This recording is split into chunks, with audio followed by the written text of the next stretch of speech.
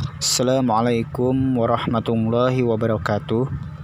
Kami dari kelompok 11 mata kuliah Ilmu Fikih Manajemen Pendidikan Islam tahun 2020 Fakultas Ilmu Tarbiyah dan Keguruan ingin menjelaskan tentang kepemilikan dan persewaan. Ada beberapa hal yang akan kami bahas dalam video ini, yakni pengertian kepemilikan yang akan dijelaskan oleh Ririn Karlina dan persewaan akan dijelaskan oleh Rama Ardiansyah. Pengertian kepemilikan dalam Islam. Kepemilikan atau al-milk berasal dari bahasa Arab dari akar kata malaka yang artinya penguasaan terhadap sesuatu.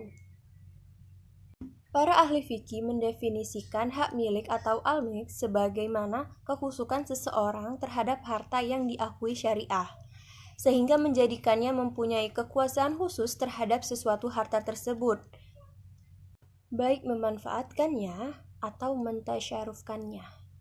Jenis-jenis kepemilikan menurut Syekh Taqiyuddin An-Nabhani ada 3 macam kepemilikan. Yang pertama itu kepemilikan individu atau milikiyah fardiyah, yang artinya adalah izin syariat pada individu untuk memanfaatkan suatu barang melalui 5 sebab kepemilikan atau yang disebut asbab at-tamaluk, yaitu bekerja, warisan, keperluan harta untuk mempertahankan hidup, pemberian negara dari hartanya, dan yang terakhir itu ada harta yang diperoleh individu tanpa berusaha.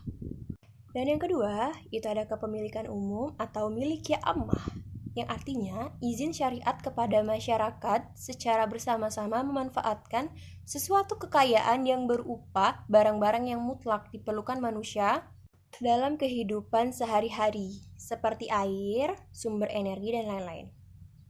Dan yang terakhir itu yang ketiga ada kepemilikan negara.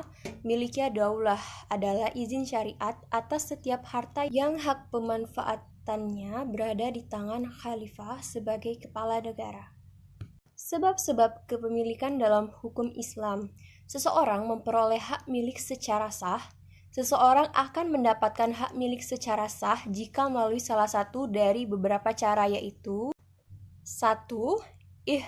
Zarul mubahat atau memiliki benda yang boleh dimiliki, yaitu cara pemilikan melalui penguasaan terhadap harta yang belum dikuasai atau dimiliki pihak lain.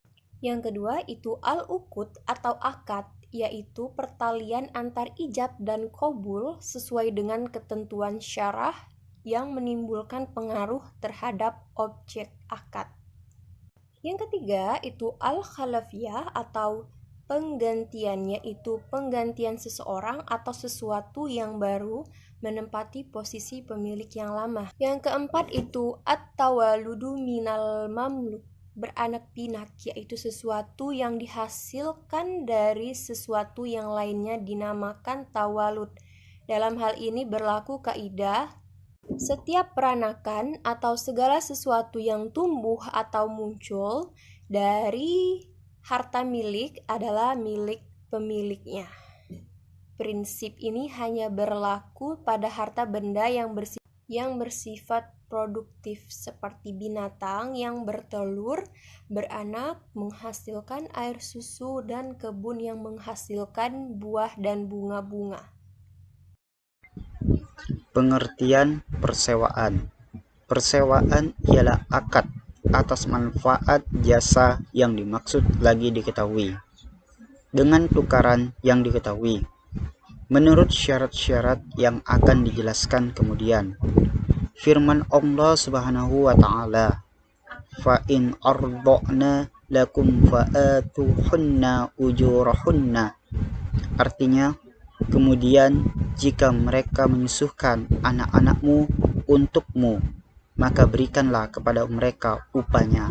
Quran Surah At-Talaq ayat 6. Rukun mempersewakan. 1. Ada yang menyewa dan yang mempersewakan. Syaratnya adalah berakal, kehendak sendiri, bukan dipaksa. Keduanya tidak bersifat mubazir. Balik, minimal berumur 15 tahun. 2. Sewa. Disyaratkan keadaannya diketahui dalam beberapa hal: jenisnya, kadarnya, sifatnya. 3. Manfaat. Syarat manfaat.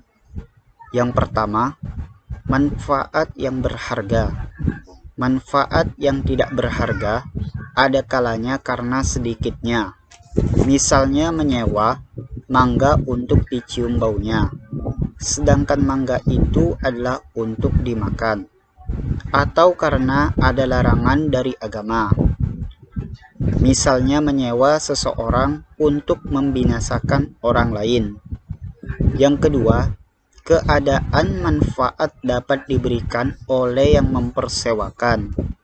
Yang ketiga, diketahui kadarnya dengan jangka waktu seperti menyewa rumah 1 bulan atau 1 tahun, atau diketahui dengan pekerjaan seperti menyewa mobil dari Jakarta sampai ke Bogor, atau menjahit 1 setel jas.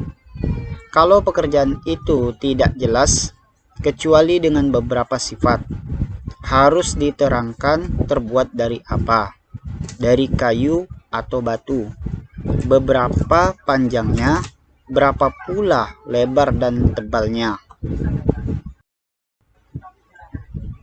Batalnya akad persewaan. Yang pertama, cacat yang sebelumnya tidak ada pada barang sewaan ketika sedang berada di tangan penyewa atau terlihatnya cacat lama padanya. 2. Rusaknya barang sewaan yang ditentukan, seperti rumah yang ditentukan atau binatang yang ditentukan. Sekian presentasi dari kami. Terima kasih. Wassalamualaikum warahmatullahi wabarakatuh.